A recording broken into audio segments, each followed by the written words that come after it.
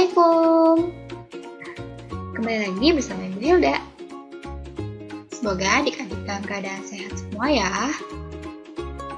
Jangan lupa tetap jaga protokol kesehatan dimanapun adik-adik berada.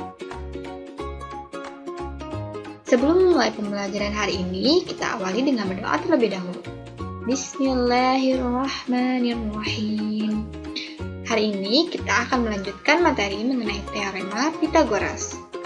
Nah, pada subbab ini kita akan menggunakan teorema Pythagoras dalam menentukan jenis-jenis segitiga. Setelah pembelajaran, siswa diharapkan dapat menentukan jenis segitiga berdasarkan teorema Pythagoras dan dapat mengetahui jenis-jenis segitiga.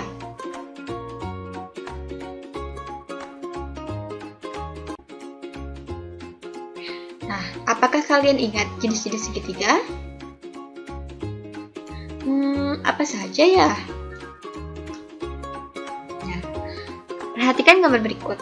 Nah, terdapat 3 jenis segitiga. Yang pertama, segitiga siku-siku dengan ciri-ciri salah satu sudutnya yaitu 90 derajat. Yang kedua, segitiga tumpul dengan ciri-ciri salah satu sudutnya lebih dari 90 derajat. Yang ketiga, segitiga lancip dengan setiap sudutnya kurang dari 90 derajat. Nah, itu adalah jenis segitiga berdasarkan sudutnya. Kali ini kita akan menggunakan teorema Pythagoras dalam menentukan ketiga jenis segitiga tersebut. Bagaimana ya caranya? Baiklah, kita pelajari terlebih dahulu materinya ya. Let's go! Nah, kita pelajari dulu materinya dengan klik materi. Jenis-jenis segitiga. Nah, dengan syarat C adalah sisi terpanjang pada setiap segitiga di atas. Terdapat 3 jenis segitiga. Ada segitiga siku-siku, segitiga lancip, dan segitiga tumpul. Berdasarkan teorema Pythagoras, menentukan segitiga siku-siku itu dengan cara jika C kuadrat sama dengan jumlah dari A kuadrat ditambah B kuadrat. Jika hasilnya sama, maka segitiga tersebut merupakan segitiga siku-siku. Yang kedua, segitiga lancip, yaitu jika C kuadrat kurang dari jumlah A kuadrat ditambah B kuadrat. Jika C lebih kecil, maka segitiga tersebut merupakan segitiga lancip. Yang ketiga, ada segitiga tumpul. Jika C kuadrat lebih besar dari A kuadrat ditambah B kuadrat. Bagaimana? Apakah kalian sudah bisa membayangkan? Mari kita ke contoh soal. Contoh soal. Manakah di antara kelompok 3 bilangan berikut yang membentuk segitiga siku-siku, segitiga lancip, dan segitiga tumpul?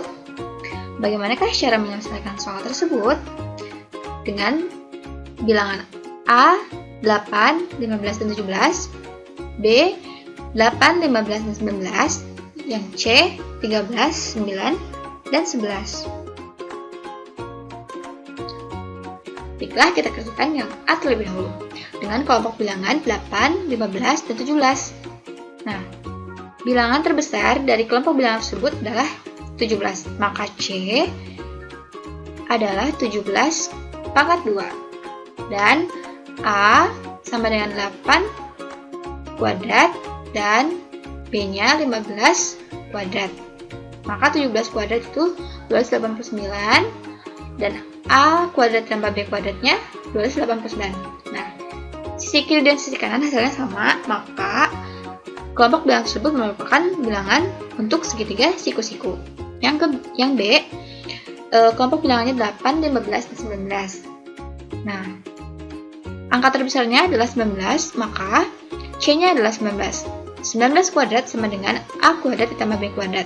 A-nya 8 dan B-nya 15. Maka 19 kuadrat sama dengan 361. Dan 8 kuadrat ditambah 15 kuadrat sama dengan 289. Sisi kiri dan sisi kanannya tidak sama.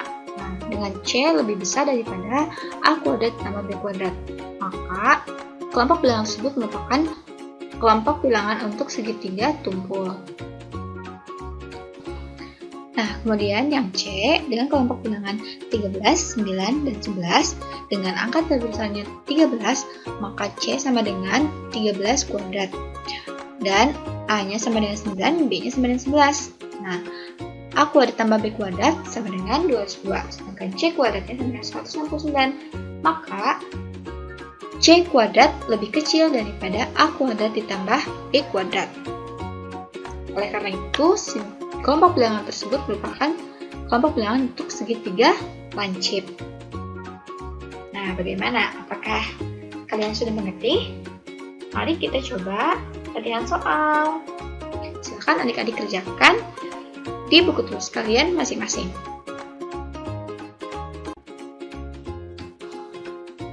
Latihan soal. Perhatikan segitiga di samping. CD tegak lurus dengan AB untuk siku-siku. Dengan panjang AD sama dengan 9, dan CD sama dengan 12, dan DB sama dengan 16. Buktikan sudut ACB adalah siku-siku. Nah, seperti yang diketahui, AD sama dengan 9, DB sama dengan 16, dan CD sama dengan 12. Adik-adik harus membuktikan bahwa sudut C itu membentuk sebuah segitiga siku-siku. Gunakan teorema Pythagoras dalam penyelesaian soal tersebut. Adik-adik catat di buku tulis dan kalian share ke WA ibu ya.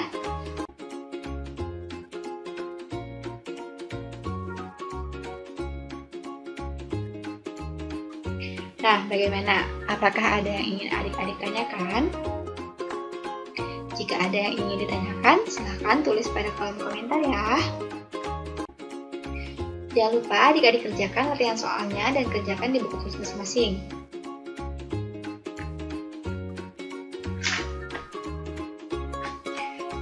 Semoga adik-adik dapat memahami materi hari ini. Jangan lupa pesan ibu, gunakan masker, jaga jarak, dan sering mencuci tangan. Sebelum mengakhiri pembelajaran, jangan lupa membaca doa terlebih dahulu. Wassalamualaikum warahmatullahi wabarakatuh.